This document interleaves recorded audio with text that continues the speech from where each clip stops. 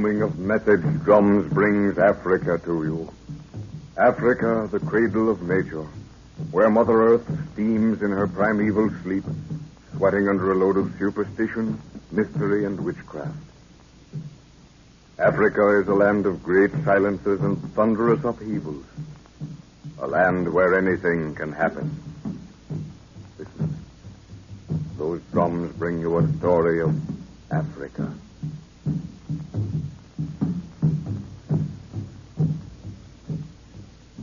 Professor Anton Edwards, while heading a little scientific expedition into French Equatorial Africa, comes into possession of a mummified head that talks. He believes it to speak the language of the lost Atlanteans and will guide them to where a remnant of that race may be found. With the professor are his daughter Lorna, Jack Martin, his assistant, and Nguru, a huge native prince. Lorna was found wandering in a trance, and in effecting her rescue, a sacred snake was killed. The snake worshippers gathered to avenge the killing of one of their gods, but the party hastily broke camp and marched. Now, believing they have thrown off pursuit, they decide to camp again. This open space looks all right, Jack. What do you think? Couldn't be better, sir. But I don't see why we turned off due west for the last 10 miles. There should have been plenty of water on our original course. Well, never mind that for a moment. I'll explain the move in due time. Ondaleo, Mzego. All right, Unguru. Make panga. Aye, Buana. Are you all right, Lorna? Yes, I'm okay. Is this just another short rest, or have you people decided to call it a day? We camp right here, my dear. Well, thank goodness for that. I thought we were on an endurance hike. It was absolutely necessary, Lorna. You see, those snake worshippers had to be outdistanced. Yes, Jack explained it all to me as we came along. Well, we're in another chief's territory now, and I don't think they'll cross into it to follow us. But yesterday you distinctly said that we were going north, and we've been walking west for hours. Oh, so you noticed that, too. You're getting bush-wise, young lady. Well, this is as good a time as any to tell you why we turned off our original course. Here, this basket with the talking head down somewhere, Jack. Careful. I've got it, sir. But here comes its keeper. Shall I turn it over to Nguru? Yes. He knows what to do with it. There you are, Nguru. Treats that thing as if it were a baby. It is a baby to him. None of the other natives will go near it. Here, let's sit down here until the tents are up. Get your diary out, Jack, and make some notes as I go over the day's event. Just a moment. All set, sir. We left camp about 3:30 a.m. and forced marched up the Bakari. It's one of the tributaries of the Shari River and empties into Lake Chad. Then, as you both observed, we turned west and followed the river. You remember just before leaving our last camp that the talking head kept calling? Do I? Every time that thing cackles, I get cold shivers all over. Yes, I remember, sir. You sent me off to see that Lorna was all right. Yes. Well, with the aid of my notebook on the language of Atlantis, I was able to follow some new directions the head was giving. But that isn't all. As far as I was able to decipher it, the head spoke of a small carved snuff box, the property of a witch doctor. The carvings on this box will open the remainder of the country to us like a book. Yes, I've heard of these carvings that work wonders with the chiefs. But they're usually in the form of a stick, aren't they? Yes, they are. Where did you say you would find this snuff box? Well, that's the funny part of it. I didn't really expect to find the place at all. The translation runs something like this. By the little water, feeder of the great stream that makes the mirror of the skies, lies a fertile mound that rises above the head of a horned horse. Now, a horned horse must be a rhinoceros. The mirror of the skies is Lake Chad, and the Bakari is the first little water we came to. But the rhinoceros head. How in the world can you link that up with it? I got it. There it is. That huge boulder over there. Look at the flat head and the curved horn on the snout. You're right, Lorna. That's just what I thought. And you can imagine the thrill I had when we rounded the bend and I saw that. There's the fertile mound, that wooded hill. And the witch doctor evidently lives at the top. It sounds like the directions to a pirate's treasure. I'm thrilled to death. Where are you going, Jack? I'm going over to that rock and see if it was carved by a hand or not. Maybe there's some writing on it. Well, I'll go with you. All set, Guru? Aye, Buana. Tent him all ready. Plenty water all time. Shinzi boil 'em food drink one time. Good. You stay here in camp. I'm going for a walk. Buana go walk for hill, huh? Yes, I'm going up that hill. Why? Wanna watch thorn. Him plenty thorn on hill. Wanna go for catch sleep. Make for hill tomorrow, huh? No, we can't wait for tomorrow. I'll go now.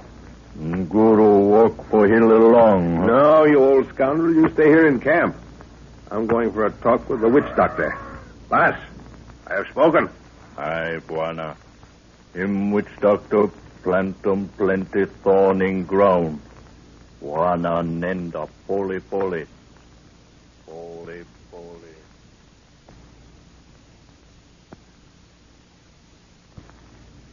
This has been washed away by wind and rain, Lorna. It's too rough even for native sculpture. It's a funny kind of rock. It's pink. Must be beautiful when the sun shines on it. I guess the sun only hits it directly first thing in the morning. It's a kind of volcanic rock. Must have been here for thousands of years. Believe me, I'll be up early in the morning to see it. It must look marvelous in a sunrise. It does, Lorna. Oh, hello, sir. This thing is perfectly natural as far as I can see. Yes, appears to be. Isn't it a pretty color, Father? Yes.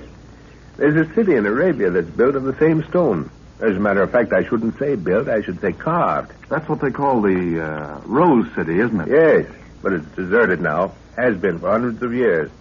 Oh, Lorna, I brought your camera over. I'd like some pictures of this rock. All right, dear. You want them taken head on? Yes, one that way and one as near profile as you can get. All right. I'm just wondering if the carving on this rock is natural, Jack. Did you find any writing on it? Well, there's something around this side underneath the snout.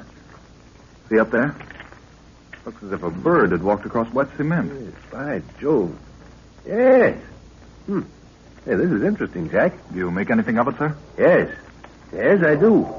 Where's that confounded notebook of mine? In your top pocket. Oh, yes. Yes, to be sure. Now, let me see. Just as I thought. Sikhs. Yes, that's right. Sikhs. Write this down as I translate it, will you? Yes, sir. To him who seeks the key. There's a period there, Jack. Right. The horned horse hath no eyes, yet he runs, or proceeds. Proceeds straight and swift to his ending. No, to his destination. Another period. Yes? The way, the way is open. Read that over, please. To him who seeks, the horned horse hath no eyes, yet he proceeds straight and swiftly to his destination. The way is open. Yes, that's it. Now, what more proof would you want, Jack? What were you two staring up at just now? Your father just deciphered some carvings. There they are up there. What does it mean, sir? Well, the part that says, horned horse hath no eyes, is plain. The rhinoceros is very short-sighted, yet he runs straight to his destination. That means he has a very finely developed sense of smell. He relies on his nose. The way is open, so we follow the rhino's nose, see? It points to the top of that hill. Precisely. Did you get the pictures, Laura? Yes, I put the camera back in the store box. Good.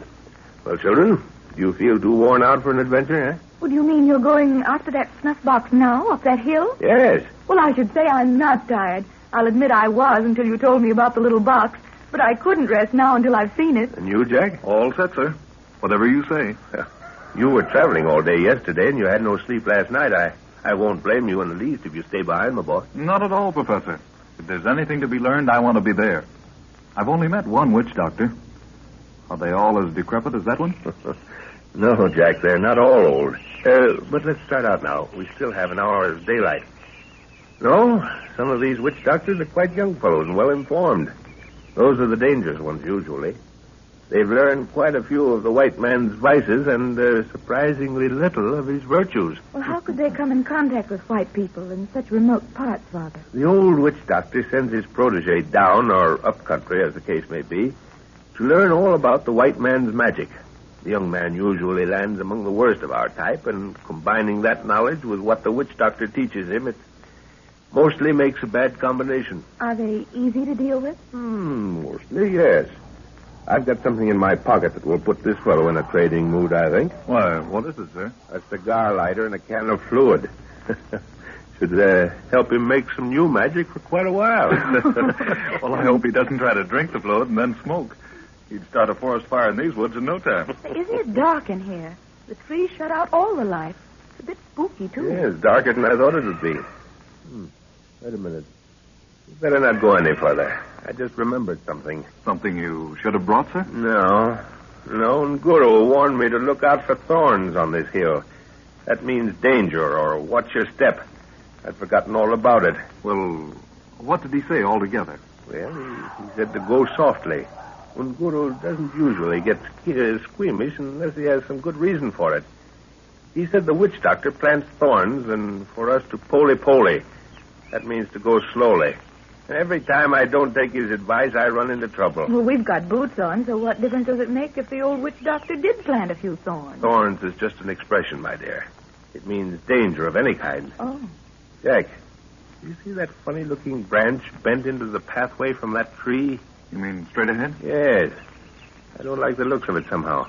I'm going to throw a stone at its base, and if it's a trap, the impact will spring it. But why should there be a trap on the path? Well, that's just what I want to find out. If it is as I suspect, then we're in the Juju Grove, which is sacred ground. Oh. Well, What's the matter, Lorna? Oh. What did you see? wrong. Don't stand there pointing, A child. face, a horrible face, staring at me out of those bushes. Well, what did it look like? Was it a native? Yes, I think so, but it was all painted or scarred. We'd better get out of this place, sir. Wait a minute. I want to see if that really is a trap. Watch it. See if I can hit the base. Great Scott, murderous invention. If anybody had touched the thing, it'd have been speared a dozen times. Yes. We'd better get out of here and send a message up to this murderous bird by drum talk. Come on, then. I've got a feeling we're being watched. Look out behind you, sir.